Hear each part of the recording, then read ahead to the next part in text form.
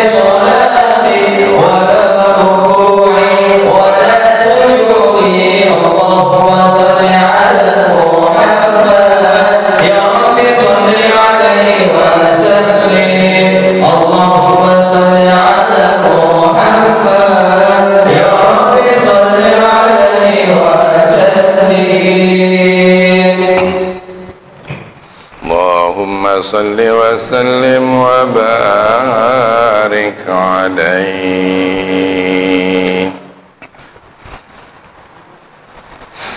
Assalamualaikum warahmatullahi wabarakatuh.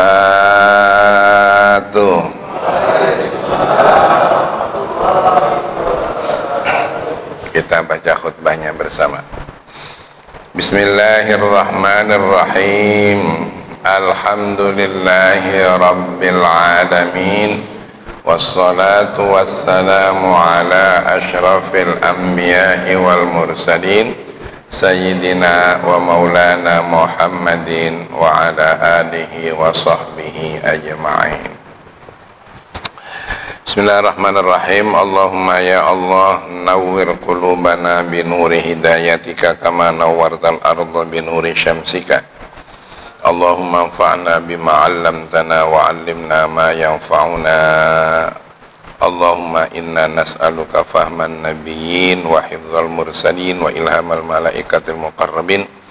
Aghnina bil ilmi wa zayyinna bil hilmi wa akrimna bit taqwa wa jammilna bil afiyah. Kita baca bersama.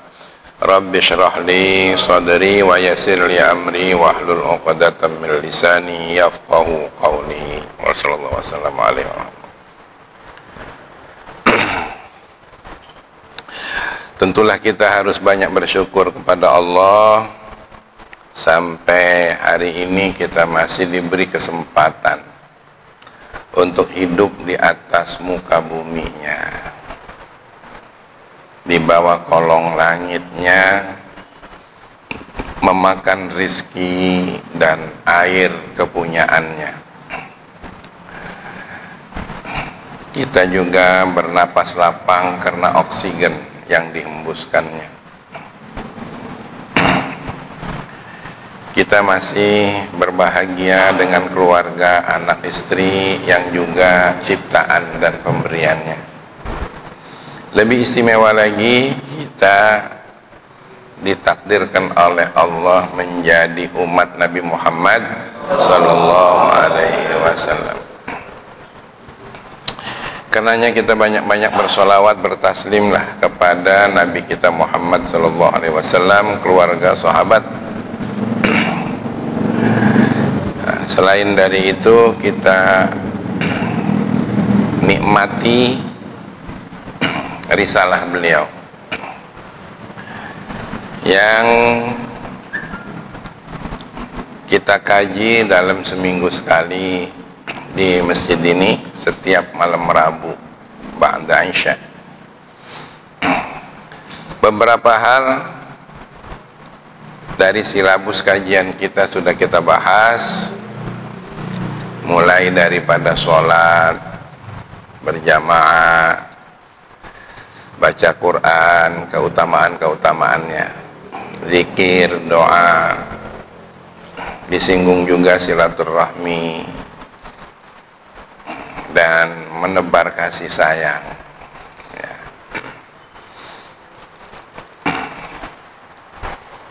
Nah, ternyata kita masih ada tugas lain, yaitu amar ma'ruf nahi mungkar, terutama untuk diri sendiri dan berkembang untuk keluarga. Syukur kalau bisa untuk warga, untuk masyarakat. Hendaknya jangan hanya amar ma'ruf, tapi sampai ke tingkat nahi mungkar. Tapi untuk bertindak, kita harus memastikan dulu kenapa kemungkaran itu dibuat oleh seseorang. Apakah mereka sengaja atau mereka tidak tahu? Sehingga kita ambil langkah yang bijaksana. Itu. Jangan serampangan melihat ada orang yang melakukan mungkar tanpa penelitian lagi, main tindak, asal tindak. Dan untuk itu sudah dibahas minggu kemarin, ya. Yang penting kita tidak boleh mudahana. Mudahana itu tidak peduli. Agama kita diobok-obok, agama kita diuyo-uyo, tapi kita nggak peduli. Adapun kita untuk bertindak, kita dibolehkan juga midarah. Ya, midarah itu dengan langkah-langkah yang sangat bijaksana. Dan itu sudah dibahas. Bahkan kalau ada suatu kemungkaran yang tidak merusak agama, nah itu boleh juga untuk kita bersikap bijaksana. Kemarin sudah dibahasnya, yang merusak agama tapi yang ada kemungkaran, ada suatu perbuatan jelek tapi tidak merusak agama. Apa itu? Ngerokok. Ngerokok itu Pak Haji Bendi. Main catur, ya, apa main gap tuh. Nah, kalau bakalnya bahaya, untuk sementara bijaksana saja ngadepinya begitu, ya.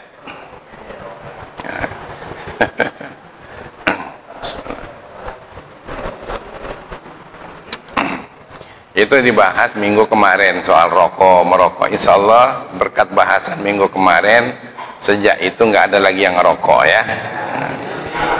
Nyatanya sekarang ini kan nggak ada yang ngerokok ini kan.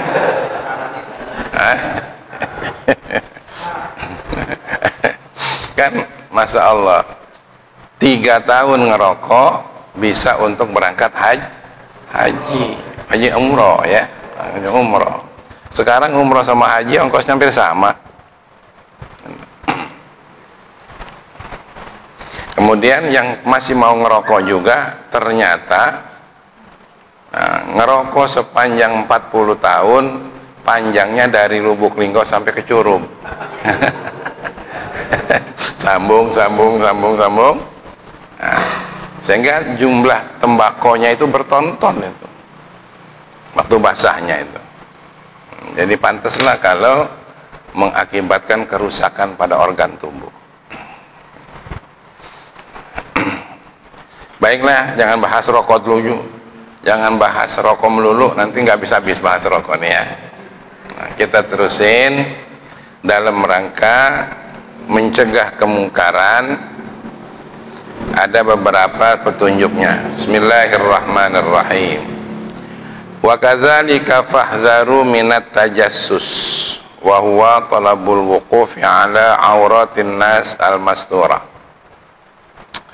Qala Allah Ta'ala wa la tajassasu, wa qala alaihi salatu wassalam man tatabba'a aurata akhihi tatabba'a Allahu auratahu wa man tatabba'a auratahu yafdahu walau fi jawfi baitihi. Al-hadis. Hadisnya dikeluarkan oleh Imam Tirmidzi dalam kitab Sahih beliau. Didapat dari sumber Ibni Umar. Abdullah bin Umar, ulamanya para sahabat waktu itu setelah Rasulullah berpulang ke rahmatullah. Kita harus hati-hati ya untuk tidak mudah menjustis. Kalau ada sesuatu yang dilakukan nyimpang oleh masyarakat, kita jangan sok paling baik ya. Jangan sampai menjustifikasi, menghukumi tadi, apalagi sampai meyakini bahwa orang itu bakal masuk neraka. Masya Allah, kita harus hati-hati itu.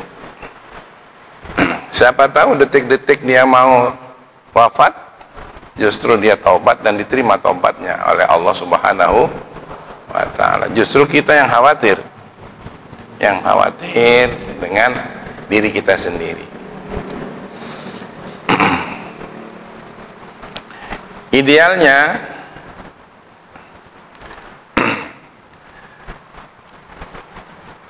jangan terburu-buru ya untuk mencari-cari aurat orang lain yang tertutup ya, mencari-cari celah, cacat atau aurat orang lain gitu.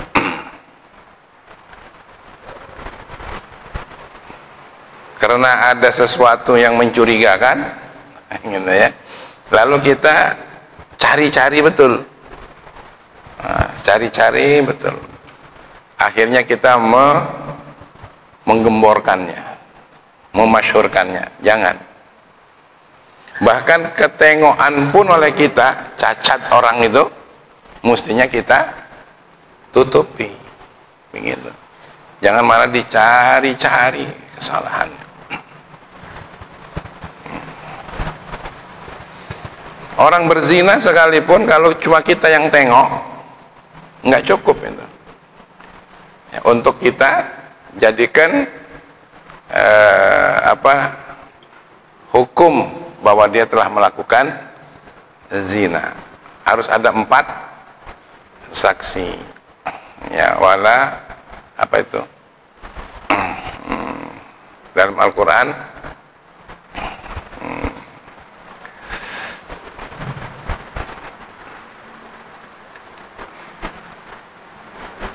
di apa dalam Al-Quran itu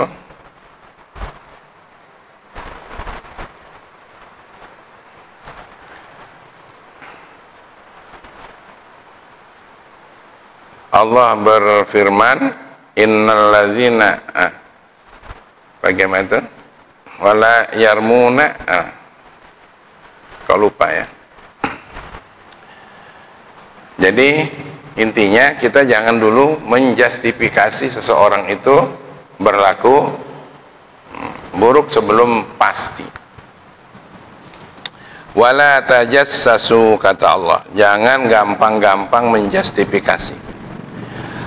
Barang siapa, kata Rasulullah, tatabba'a aurata akhihi, mengintip-ngintip atau mengikuti, mencari-cari aurat saudaranya, tatabba'allahu auratahu, maka Allah pun akan membuka auratnya.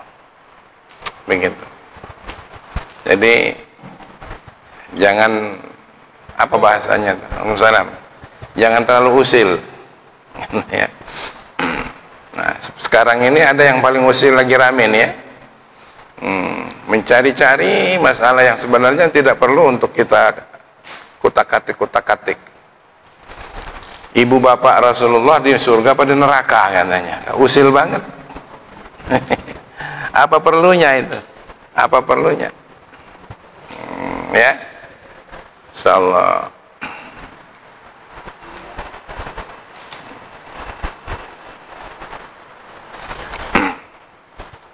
Tadi firman Allahnya, walladzina yarmuna azwajahum walam yakul lahum syuhada'a illa anfusuhum fa syahadatu ahadihim arba'a syahadatin billah. Kita menyaksikan istri kita sendiri berbuat zina itu belum cukup kalau tidak dibarengi dengan saksi yang lain untuk disetorkan ke pengadilan dan pengadilan menjatuhkan hukuman. Itu enggak cukup. Tinggal kita saja mau bertindak, mau dilanjutin apa selesai sampai di situ. Punya bini yang seperti itu, bagusnya selesai saja. Nah, kalau sampai kita sudah melihat seperti itu, ya. Kita terusin. Wa alaikum bisatri auratil muslimin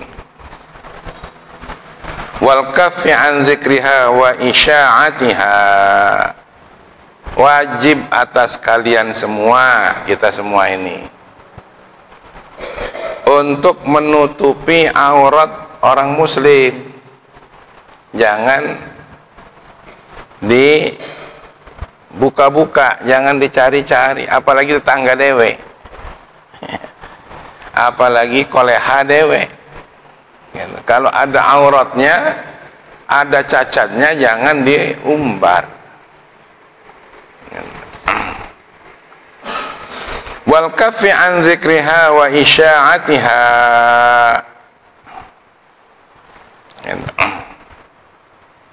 Bahkan dilarang tuh untuk menyebutnya dan menyebarkannya. Tadi ada orang yang berbuat jahat, berbuat jelek dengan kita, jangan dicari-cari. Dan kalau memang sudah ketemu juga oleh kita, jangan disebarkan, dilarang. Kata Allah Subhanahu wa taala, innal ladzina yuhibbuna an tashi'al fahishata fil ladzina amanu lahum adzabun alim fid dunya wal akhirah. Sungguh orang banyak yang suka untuk menyebarkan keburukan dari kalangan orang mukmin. Lahum azabun alim, baginya disediakan azab yang pedih. Senang banget cari-cari kejelekan orang. Kamu kan berhasil, kamu tuh bayar zakat enggak? Nah, pas diketahui nggak bayar zakat, langsung diumumkan pakai status nih. Mang Lukman tidak bayar zakat. Masya Allah. Begitu, padahal dia sudah bayar, kita saja yang nggak tahu. Moga-moga bayar zakatnya makin banyak, amin. Beliau ini berkat ngaji terus dapat order yang patut banyak disyukuri. Alhamdulillah. Yang ordernya datang sama Abaji di rumah. Jadi insya Allah Abaji kebagian rezeki order. Kita doakan semoga sukses, amin.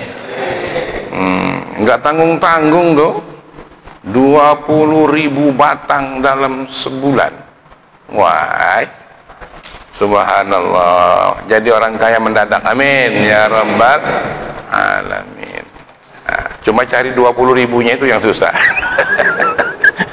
Kalau ngitungnya enak, nyarinya itu ya susah. Tapi subhanallah, beliau merasakan berkat ngurusi pengajian, berkat ngurusi masjid, ngebersihkan tempat orang ibadah, ada ledakan. Ya, nah, jadi kita jangan malas juga. Terus saja usahanya jangan berhenti. Tapi pendekatan kepada Allah juga jangan berhenti terus. Nanti Allah yang meledakkannya. Yang maksudnya diledakkan di sini Asari, rezekinya tambah rizkinya. Bukannya gasnya yang meledak. Itu kayaknya kamu laju nggak jadi mengaji. Iya, ledakan itu. Ya. Nah, kemudian hasil kajian ini diikuti, diamalkan. Gitu. Kalaupun tidak seluruhnya, mana yang kita paham, mana yang kita ingat, amalkanlah. Syukur kalau seluruhnya. Ya.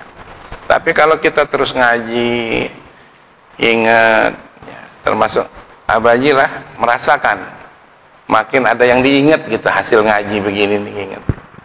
Nah, jadi kalau kita nak melakukan pelanggaran dengan sengaja, itu rasanya berpikir 2-3 kali, bahkan bisa beberapa kali. Jadi jangan mengintip-ngintip orang yang dianggap ada aib, lalu kemudian aibnya itu disebarkan. Kata Rasulullah, man satara musliman satarahullahu fid dunya wal akhirah. Barang siapa yang mau menutupi cacat muslim, seorang muslim, ya, yang nutup-nutupi cacat orang muslim, Allah akan menutupi cacat dia baik di dunia maupun di akhirat. Yang mestinya dia masuk neraka, karena ditutupi aibnya, dapatnya surga. Gitu.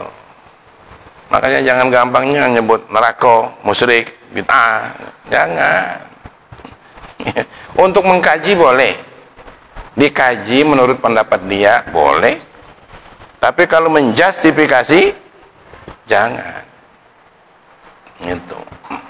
Menurut kajian kami seperti itu. Nah, ya silakan.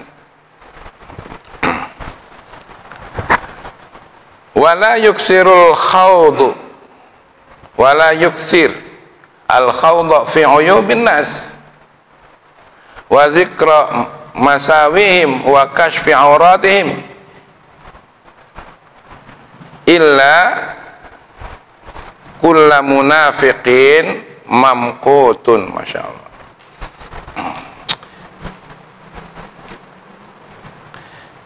Dan kita juga tidak boleh memperbanyak khaud itu menyelami aib-aib manusia. Apa menyelami itu? Bahasanya itu aktif mencari. Nah ini justru malah wartawan ini. Kadang-kadang mencari celah. Nah, tapi kalau memang untuk kemaslahatan, kita nggak tahu ya, sampai dikorek-korek itu khaud namanya, menyelami. Kalau kita untuk menyampai ke sana sampai berenang gitu, apa tuh namanya khaud, menyelami lah ya, mengarungi itu ya. Jangan sampai kita mengarungi cacat-cacat manusia itu, mencari-cari maksudnya.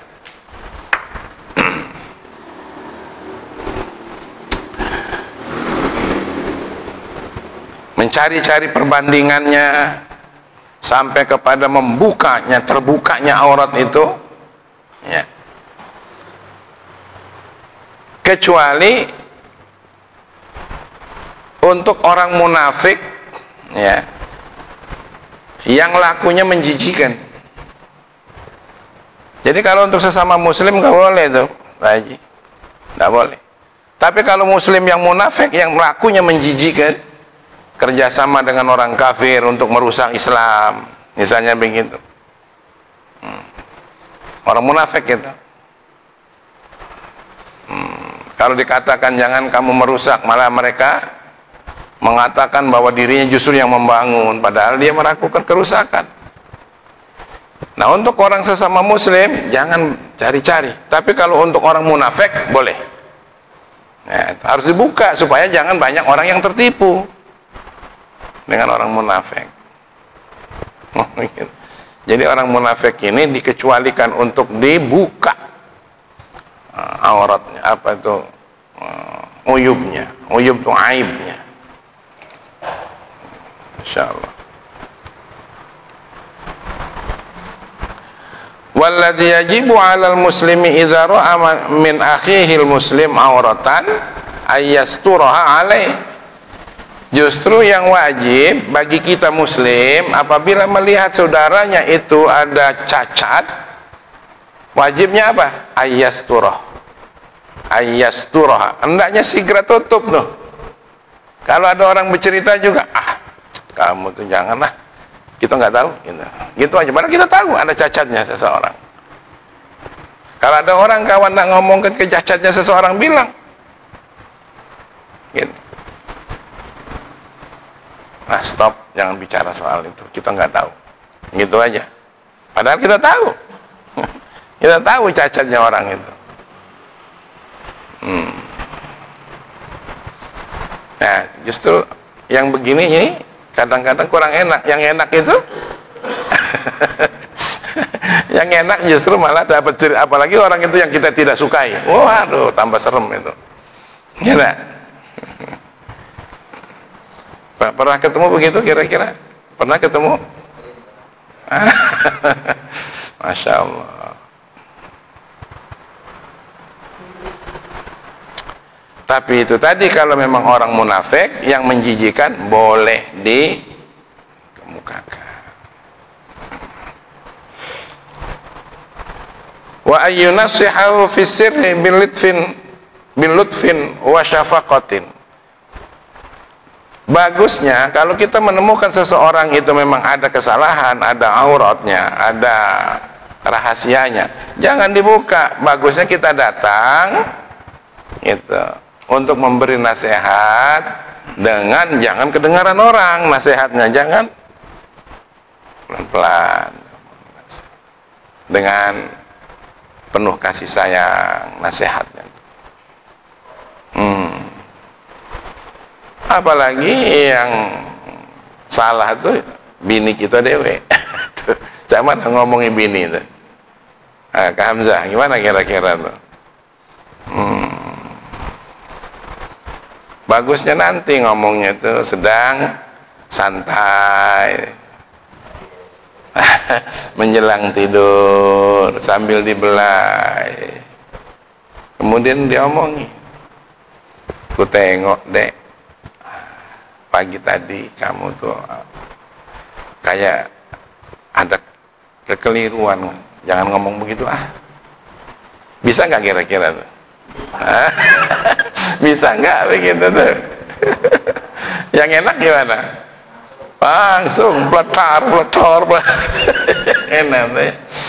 Masya Allah.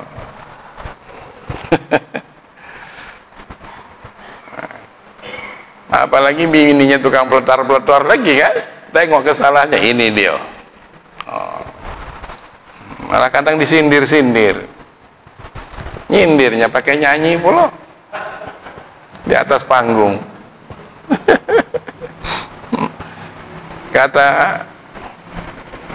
kata bininya itu, kata lakinya, mungkin lakinya dulu yang ditembaknya gitu.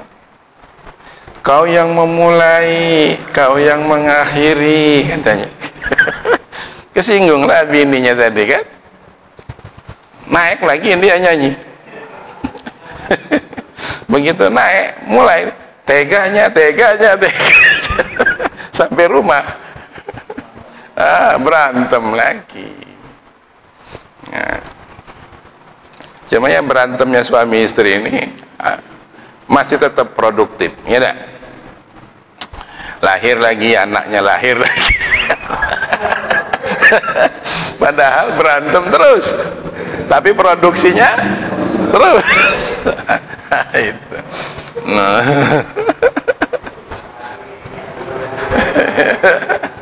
Nah, itu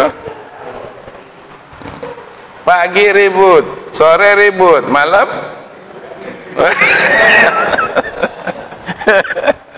Masyaallah.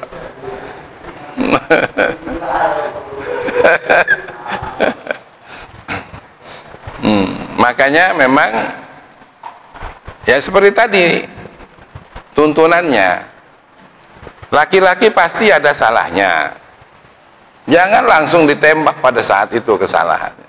Istri ada kesalahannya, jangan ditembak saat itu. Sesuai dengan nasyid kita tadi,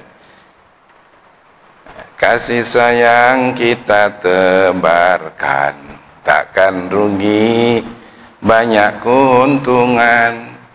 Semua orang mengidolakan Kita sibuk nampung balasan.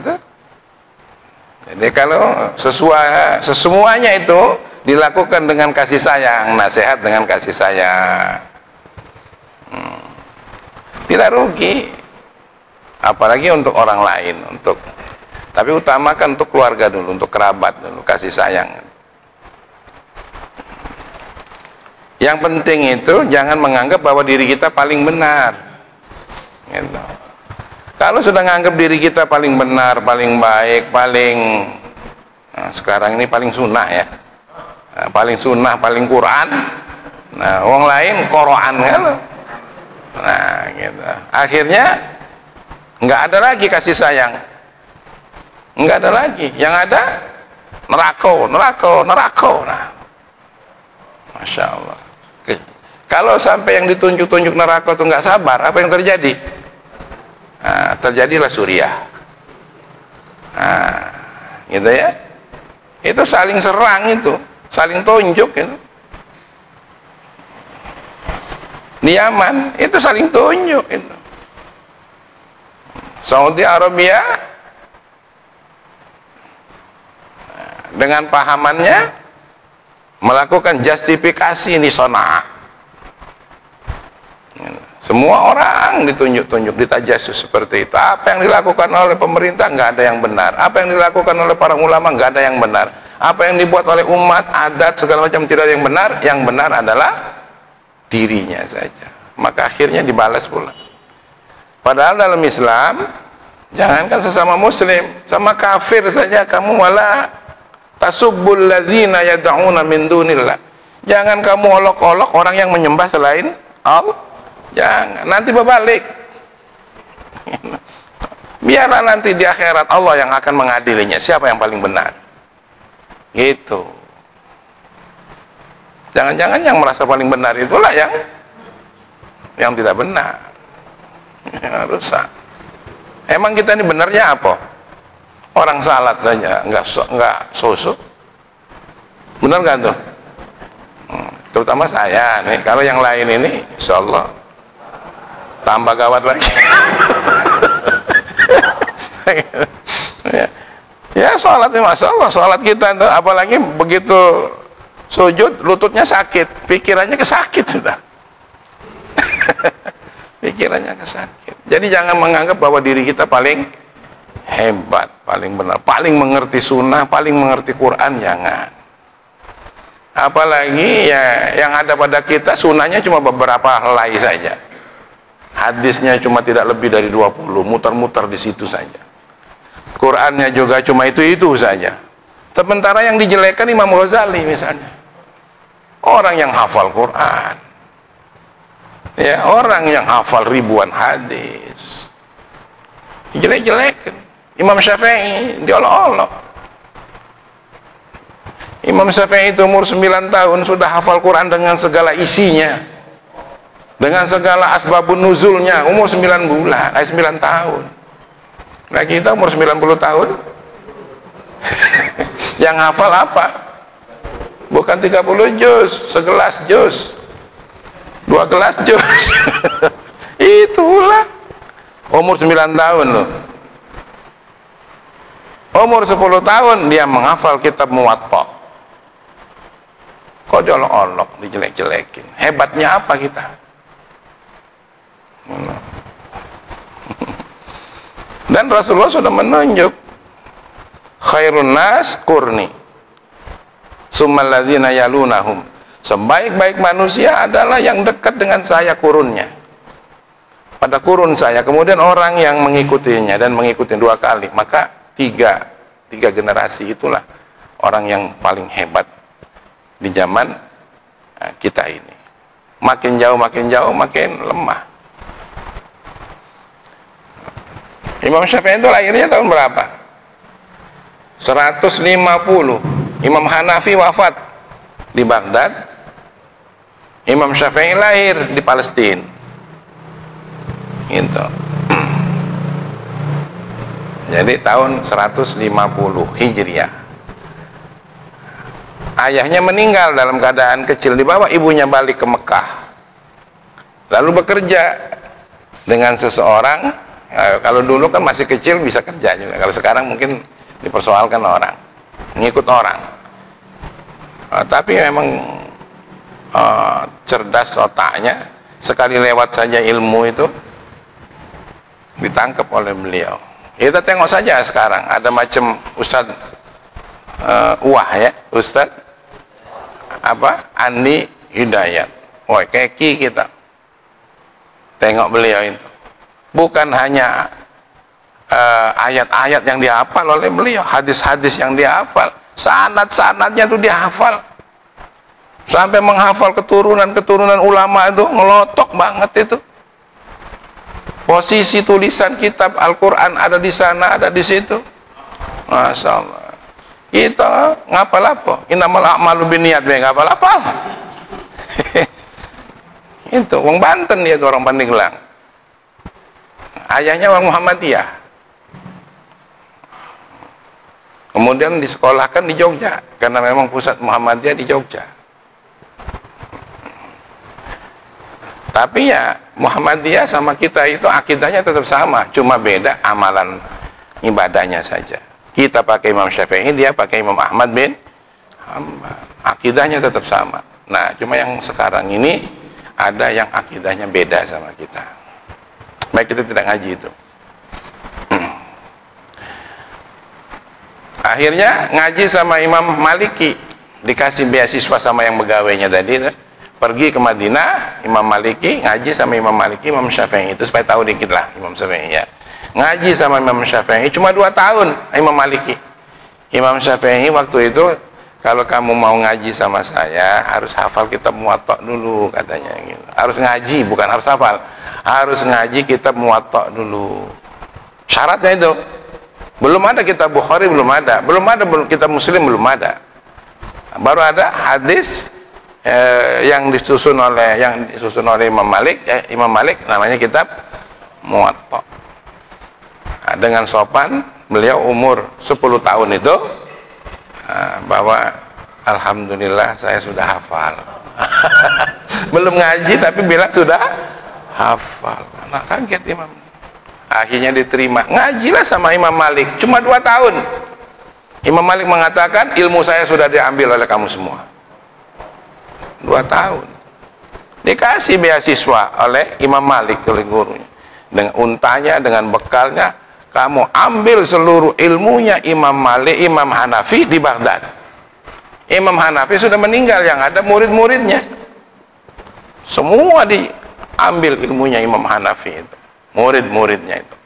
2 tahun selesai, jadi umur 14 tahun.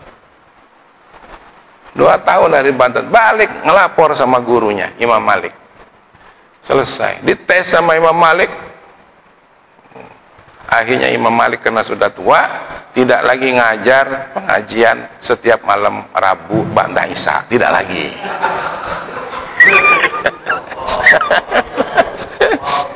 Diserahkan sama siapa?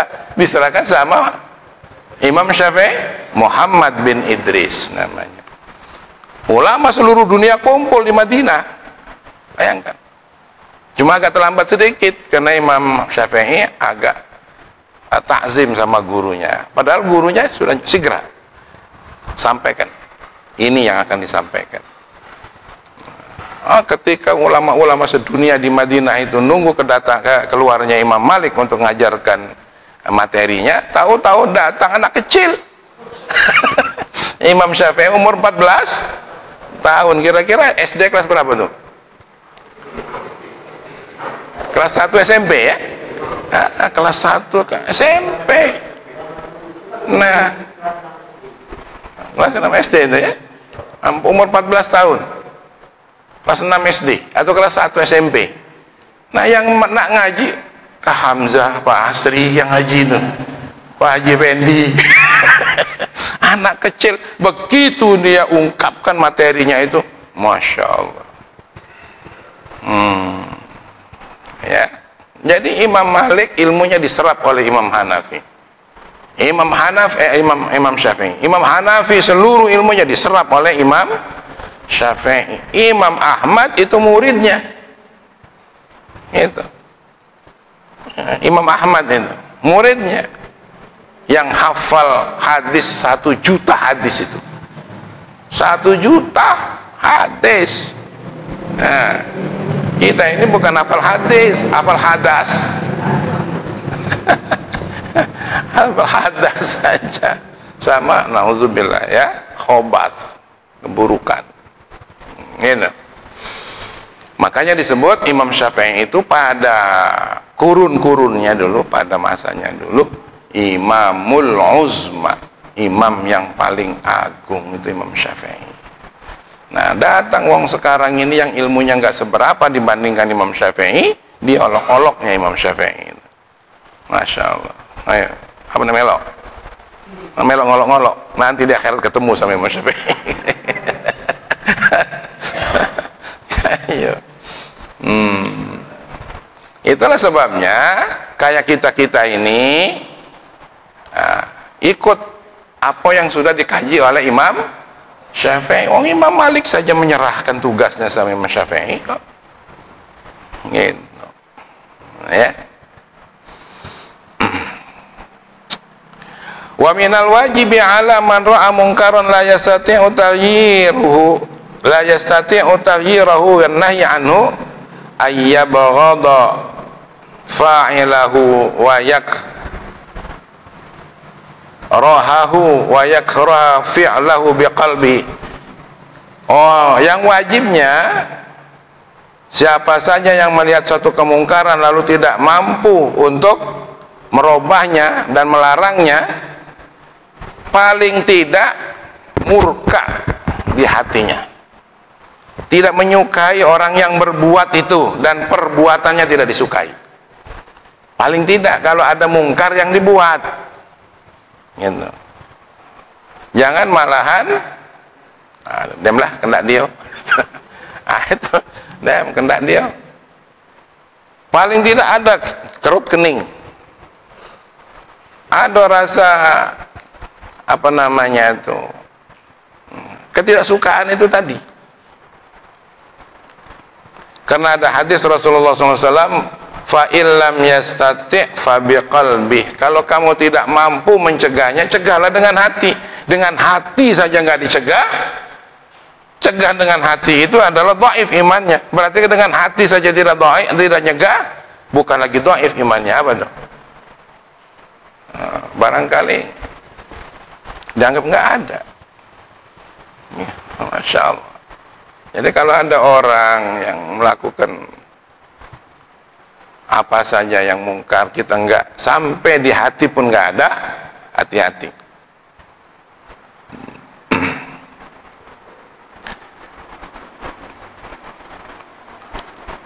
Wa yabghadul musarrin atau musirrin alal ma'asi minal qurbat. Apalagi dari kalangan kerabat yang terus menerus melakukan suatu kemaksiatan, suatu pelanggaran. Nah itu.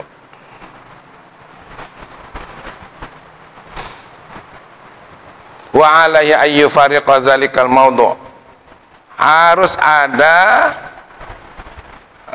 tindakan yang sampai memisahkan tempatnya itu, karena itu kerabat kita.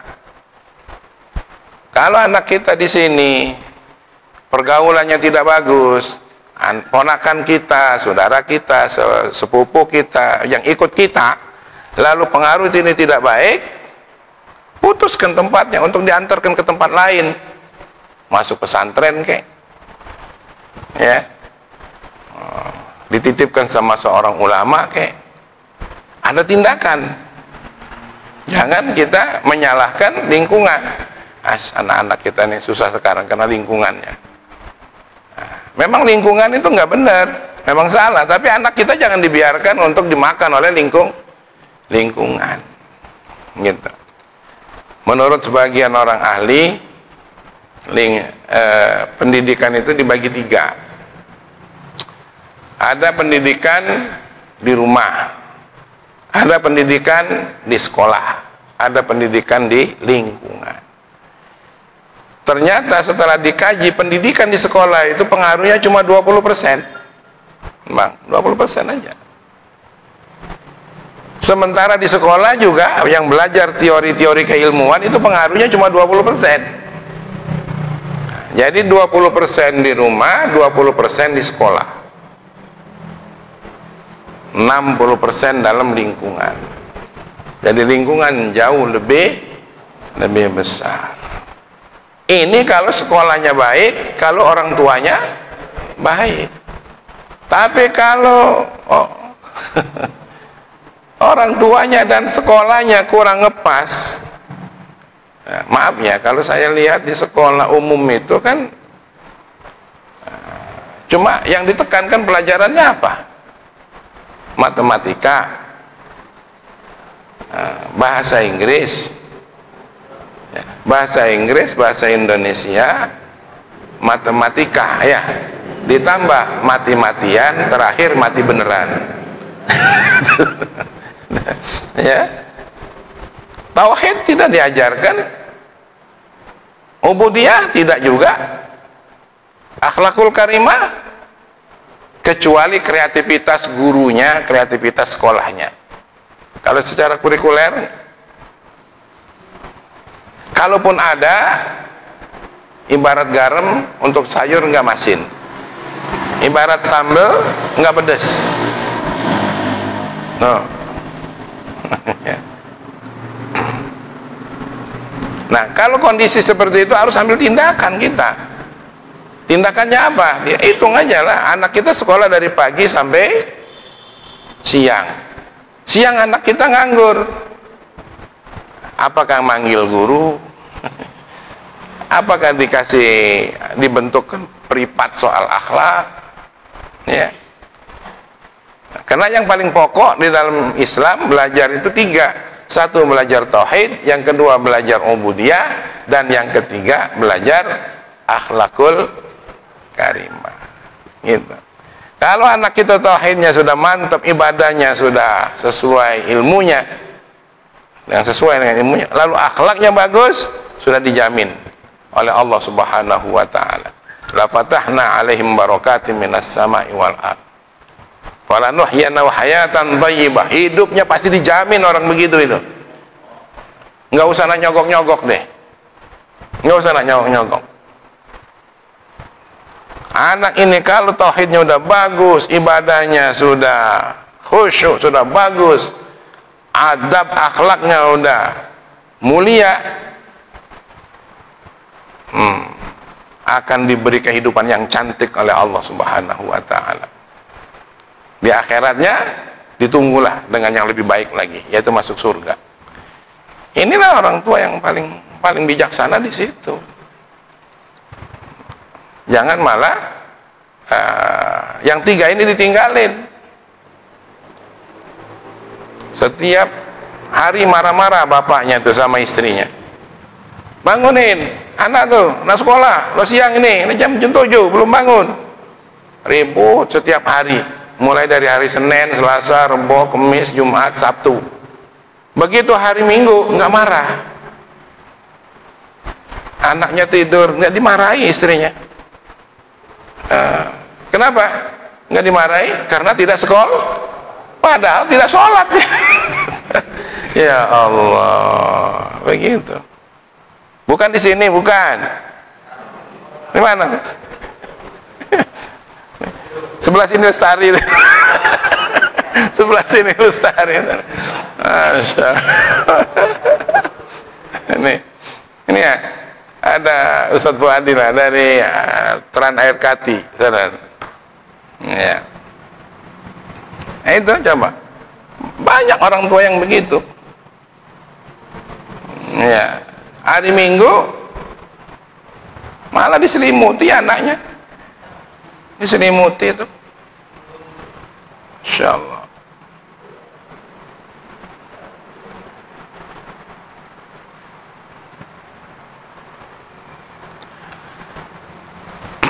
Wa man nahahu an munkar falam yantahi wa asarru ala munkarihi fa alaihi ayyahjurahu wa yujanibahu hatta yatrukal munkar wa yatuba ila rabbih minhu.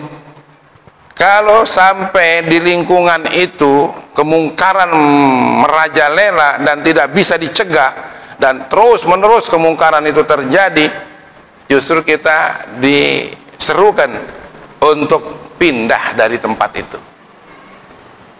Kalau sampai mungkar itu tidak. Alhamdulillah di Nikan itu masjidnya rame.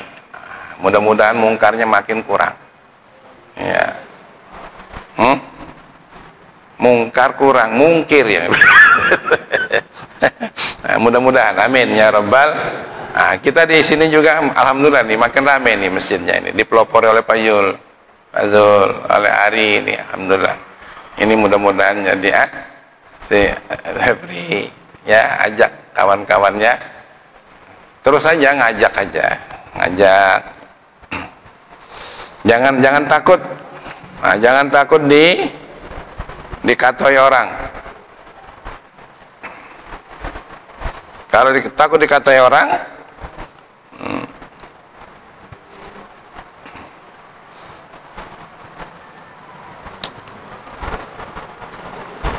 kata Rasulullah sallallahu alaihi wasallam, min awsaqi ural iman al-hubbu fillah wal bughdu fillah.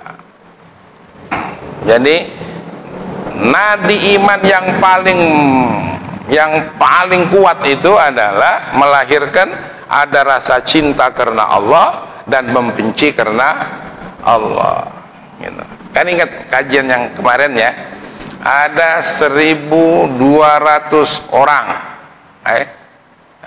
12.000 orang, ada 12.000 orang satu kampung, amalannya persis seperti amalan para nabi. Kan itu kajian minggu berapa itu.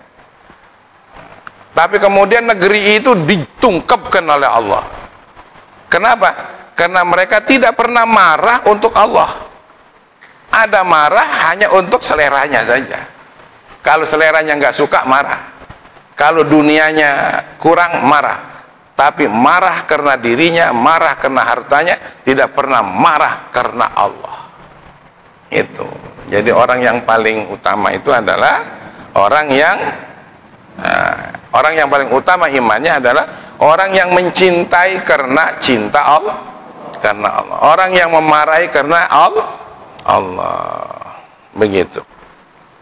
Wal yahzar kullal hadri man umira bi ma'rufin wa nuhiya an munkar minal kibri wal unfa.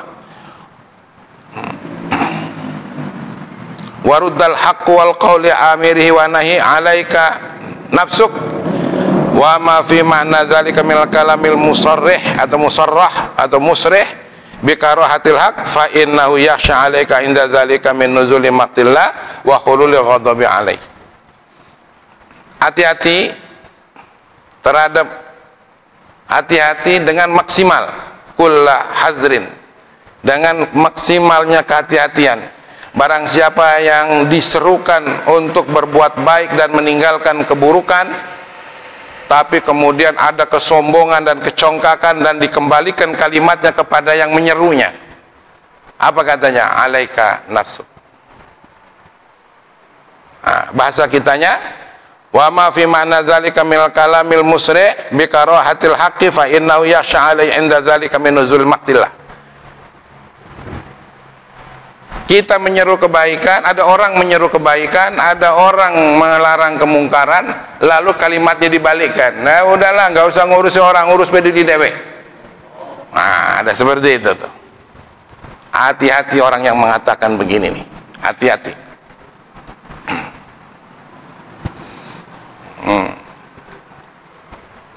Yang maksudnya dia itu benci dengan apa yang dikatakannya tadi. Karena yang dikatakannya itu adalah kebenaran dari Allah Subhanahu wa ta'ala.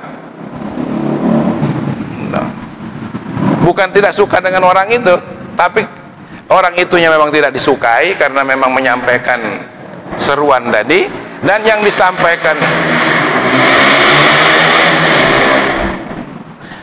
disampaikannya juga tidak disukai oleh dia. Fa innahu yakhsha 'alaihi inda dzalika min nuzul maqtillah. Hati-hati, tidak mustahil suatu saat akan datang suatu yang ditakuti, turun dari kemurkaan Allah Subhanahu wa ta'ala melilit dia. Itu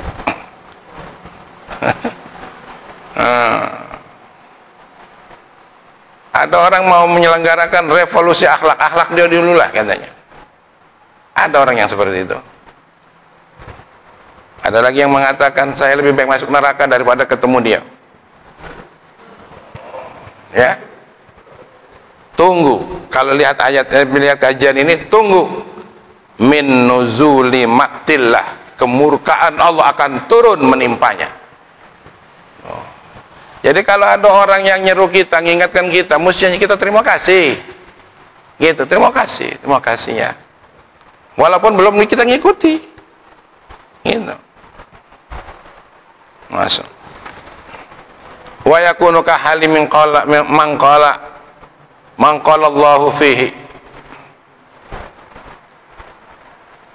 Ha? Wa yakunu halu ka halin min qaulillahi ta'ala. Orang yang seperti itu akan masuk dalam kategori yang difirmankan oleh Allah Subhanahu wa taala begini. Wa idza qila lahu taqillah akhadhathul izzah bil ismi fa hasbuhu jahannam wala bi'sal mihad. Kalau ada orang yang dikatakan bertakwalah kamu kepada Allah, lalu kemudian dia mengambil tindakan dengan kesombongan. Untuk apa saya takut sama Allah? Yang takut kalau miskin. Ada seperti itu. Dengan Allah nggak takut, takut ditangkap, takut miskin, takut sakit. Misalnya ada omongan seperti itu, ya, fahasbuhu jahannam. Yang cocok untuk orang ini adalah neraka jahannam, kata Allah. Wala bi'sal mihad, dan seburuk-buruk tempat dia tinggal nanti di sana. Jadi orang yang suka ngomong-ngomong begitu tuh bukan resikonya kecil itu. Risikonya sangat besar. Jadi itulah kajian kita untuk hari ini. Ya, kemudian yang sebagai penutup, wa ammal amira bil ma'ruf wa ammal amiru bil ma'ruf wan nahi 'anil munkar fala 'alaihi min dzalik. Wa in rudda alaihi qawluhu kana ablaghu min sawabihi wa azamu min ajrihi falyasbir wal yahtasib. Nah, khusus bagi orang yang menyerukan kepada ma'ruf dan mencegah kepada kemungkaran lalu mendapat perlakuan seperti itu, bahkan kalimatnya dikembalikan, urus berdiri dewek, enggak usah ngajak kita. Itu kana ablagha min fi saubi, itu pahala dia lebih maksimal dari Allah Subhanahu wa taala dan lebih hebat bonusnya nanti. Karena itu tetap saja sabarlah wal yahtasib, dan berharaplah keridhaan Allah. Jadi kalau ada yang ngolok-ngolok seperti itu, terima baik. Sabar, itu pahalanya akan lebih maksimal. Itulah kira-kira kajian kita. Tugas kita yang paling pokok sekarang ini adalah beramar ma'ruf nahi mungkar, gitu, sebisa-bisanya. Nah, terutama untuk diri sendiri, yang kedua untuk keluarga, dan yang ketiga untuk koleha, sebisanya. Kalau ada resiko sampai diolok-olok tadi, sabar, itu baik. Dan sabar itulah yang akan memaksimalkan pahala kita di sisi Allah. Insya Allah dengan kemaksimalan pahala berarti mengurangi dosa. Kan kalau pahalanya tambah banyak, dosanya tambah enteng. Nah, kira-kira ada yang bisa ditangkap, ada ya? Ada yang bisa dibulatkan, ada? Bisa dibawa pulang untuk bisa kita amalkan? Insya Allah. Jadi hari Minggu marah juga lah kalau nggak sholat. Kalau anaknya nggak sholat. Saya kira demikianlah kajian kita, semoga bermanfaat. Amin ya rabbal alamin. Bismillahirrahmanirrahim. Alhamdulillahirabbil alamin. Ya Allah, ij'alna min ibadikas salihin wa wafiqna li ta'atika wa ittiba'i rasulika wal birri biwalidina wa husni talaqi masyayikhina wa ja'alna minal hukama'il muzawwadina bil ilmi ma'al istiqamah. Ya Allah, jadikan kami semua yang hadir ini hamba-Mu yang soleh, ya Allah. hamba-Mu yang takwa ya Allah.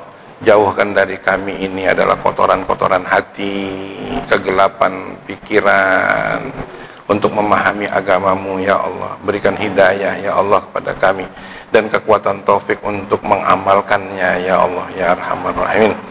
Ilmu yang kami dapat ya Allah semoga menjadi ilmu yang bermanfaat, yaitu ilmu yang menambah ketakwaan kami, ilmu yang menambah kecintaan kami terhadap kebenaran yang hak datang dari-Mu ya Allah, ilmu yang menambah kami cinta kepada kehidupan di akhirat nanti ya Allah ya Arhamar Rahimin, ilmu yang menambah kami beradab, menambah kami berakhlak ya Allah ya Arhamar Rahimin. Allahumma alif baina qulubina wa aslih dzata bainina wahdina subulas salam wa najjina minaz zulumati ilan nur wa jannibnal fawahisha ma dhahara minha wa ma batan.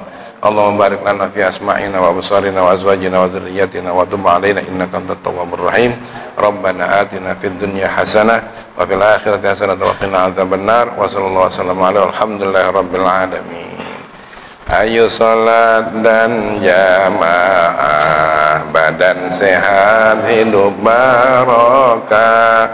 Tidak salat pasti sesat, tidak jamaah hidup terpisah.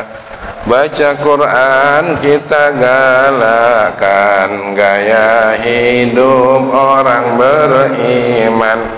Tanpa Quran kegelapan, hidup dalam kesesatan.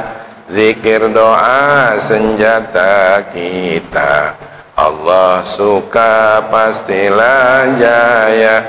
Tanpa zikir dan doa, hidup kita pasti hampa. Kita tutup dengan doa majelis. Subhanakallahumma wa bihamdika asyhadu an la ilaha illa anta astaghfiruka wa atubu. Billahil hidayah wa taufiq wal inayah. Wassalamualaikum warahmatullahi wabarakatuh. Yang kopinya belum habis, silakan dihabisin dulu.